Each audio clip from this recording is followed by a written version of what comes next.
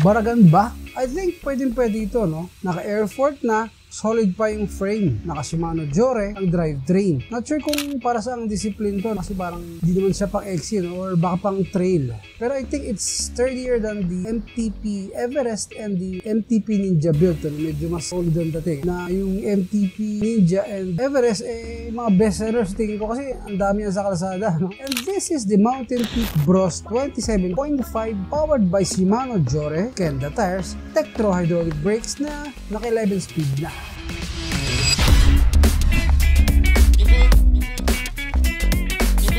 What's up mga kabakbakan? Ngayon lang ako nakakita ng MTP Bros kasi yun nga, very common sa kalsada itong Everest at saka Ninja. Grabe yung tire tread niya, ang laki. Sanay ako sa mga slick at saka semi-slick tires. So ano pa? Let's get a closer look na at some of the specs na. Bakbaka! And as always, let's start from its frame. Sa kanyang frame ay naka 27.5 na alloy frame, internal cabling ready, and as always yung lahat ng possible angles pinitikan natin para mas lalo ma-appreciate yung itsura ng video, yung bike, visualize nyo para makita nyo lalo yung vangis ng ating MTP Bros. Naka medium size na siya at pulang-pula, may black at glossy, naka smooth welding na rin, and of course di natin nakakalimutan yung tire clearance. Next naman yung ating fork. Ang kanyang fork, di pala atin yan. Ang kanyang fork ay naka 27.5 na Mountain Peak air fork na may manual lockout na naka magnesium alloy na. Hindi ko lang kung saan part nilagay yung magnesium alloy, stanchion o sa steel tube. Niresearch ko kasi hindi ko makita kung saan eh. Punta naman tayo sa ating quick facts. Facts. Alam niyo ba na nagsimula ang bisikleta noong unang bahagi ng 19th century gamit ang dandy horse, also called Draciene. Wala kung tama ang pagkakano dyan, or laugh machine or the running machine, isang kahoy na frame na walang pedal. Noong 1870s, lumitaw naman ang penny farthing kasama ang malaking gulong sa harap na nag-offer ng mas mabilis-bilis. Noong huling bahagi naman ng 1800s, pinakilala ang safety bicycle na nagtatampok ng pantay na laki ng gulong at chain drive na ginawang mas ligtas at mas madaling ma-access na pagbisikleta. Ang hirap nga naman i-access ng penny farthing. Noong ika-20th century, ang advancement tulad ng mga gears, magaan na materyales, at mas mahusay na preno ay nagpabago sa mga bisikleta na mahusay na machine na sinasakyan natin ngayon. Modern bicycles from mountain bikes to road racers blend aerodynamics and cutting-edge technology. Perfect for every rider and terrain. So next time you ride, tandaan na ikaw ay nasa isang piraso ng kasaysayan na refined over centuries. At ngayon, nauso pa yung mga e-bikes. Hindi yung mga alam nating e-bikes na rin ng kalsada, yung nasa picture ng e-bike. At yan ang ating quick facts. Oops, patalastas muna. Sa mga naghahanap ng resort sa Laguna, you can check on Sun Bella Resort and Sun Lane Resort.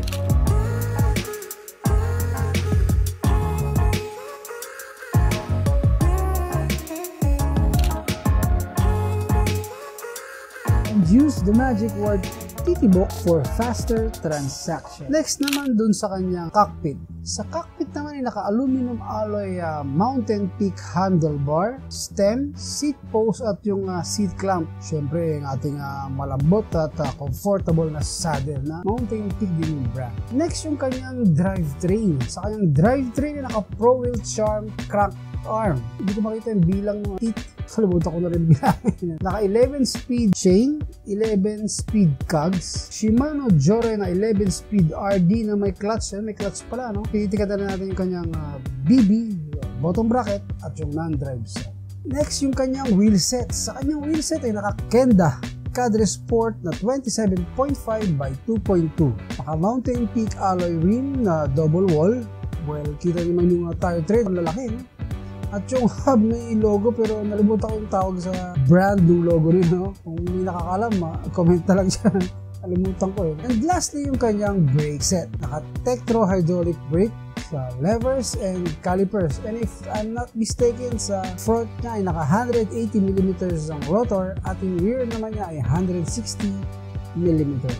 Sa availability naman niya ay meron silang glossy red and black na 16.5 yung size ng frame at isang glossy black na 16.5 din. And for the price is 21,000 pesos. So ano pa, grab it na, no? Konti na lang ang stocks nila niyan. For payment options, pwede silang cash, credit cards, and for installment, pwede daw sa BPI. And for other cards, straight payment only. Matanggap sila ng debit card, home credit installment, bank transfer, and GCash. Hindi ko lang alam kung may maya, no? Bike park is open daily from 7:30 AM to 7 PM. Medyo gabi na. Pwede open po pala ng gabi, no? Iba kasing bike shop, mga 5 PM, 4 PM, naka-close na, no? For your bike needs, you can visit the following: Banlik, Stall 2, Grand Shop Center, formerly DV Mart. Banlik din na pala siya, DV Mart. Grand Shop na pala. Sa Banlik, Cabuyao, Laguna. Wide parking area niya.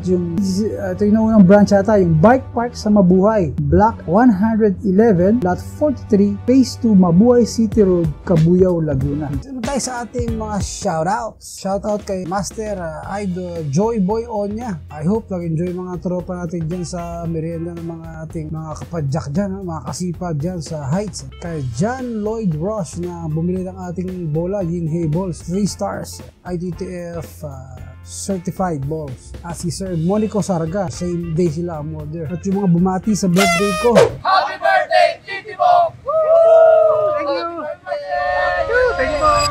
Salamat sa inyo, malaking bagay sa akin yung kahit yung mga iba na hindi ko pa nakita personal, bumati, nag-PM, nag-comment sa page, at yung mga bumati rin sa birthday ng nanay ko, July 26. Shoutout sa inyo lahat. Ito pa, hindi ko tayo shoutout Shoutout kay Riego Escalada. Use the code BigNMain pa shoutout ng Team Bulldogs. At syempre si Idol Michael Christian Masamo na mahaba ang pangalan mo, no? Mga taga-subaybay, taga-suporta natin ito mula since way back. Maraming salamat sa inyo. Shoutout kay Tapan Brad Lionel Lucena. Ayan, shoutout sa iyo, no? Tapan Buds. Kay Idol Yep Breeze, ito may Facebook page din to, no? Mga tagal na nating taga-suporta to. May Facebook at YouTube channel din to. Mga content ito ay mga din, interesting din. At may value, may kung ano man, hindi siya basta-basta content lang. Si Pusher, ito malapit to si Pusher. Shoutout sa iyo, Idol Pusher. Comment ka sa ating video sa itong certified marathoner. Yeah. Shoutout sa iyo, Idol Pusher. At ito, laging to, no? Magmula nung nagpa-shoutout tayo, lagi nang mas-shoutout to si Idol Frexel Akailar. No? Next video, kung magko-comment ka ulit, shoutout ulit kita. Wala kang katapusan. At si Brother William Tanggonan. Ayun, shoutout to, kasi ng video, no? Siyempre, matindi ang ating editor dyan, si Hulakin. At wala na, no? So, kung may magpapa-shoutout pa para sa next video, comment lang kayo dyan, shoutout natin. At yan ang ating shoutouts. And again, that's all for now, mga kabakbakan. And I hope to see you on the next video. And I hope to see you on the next video.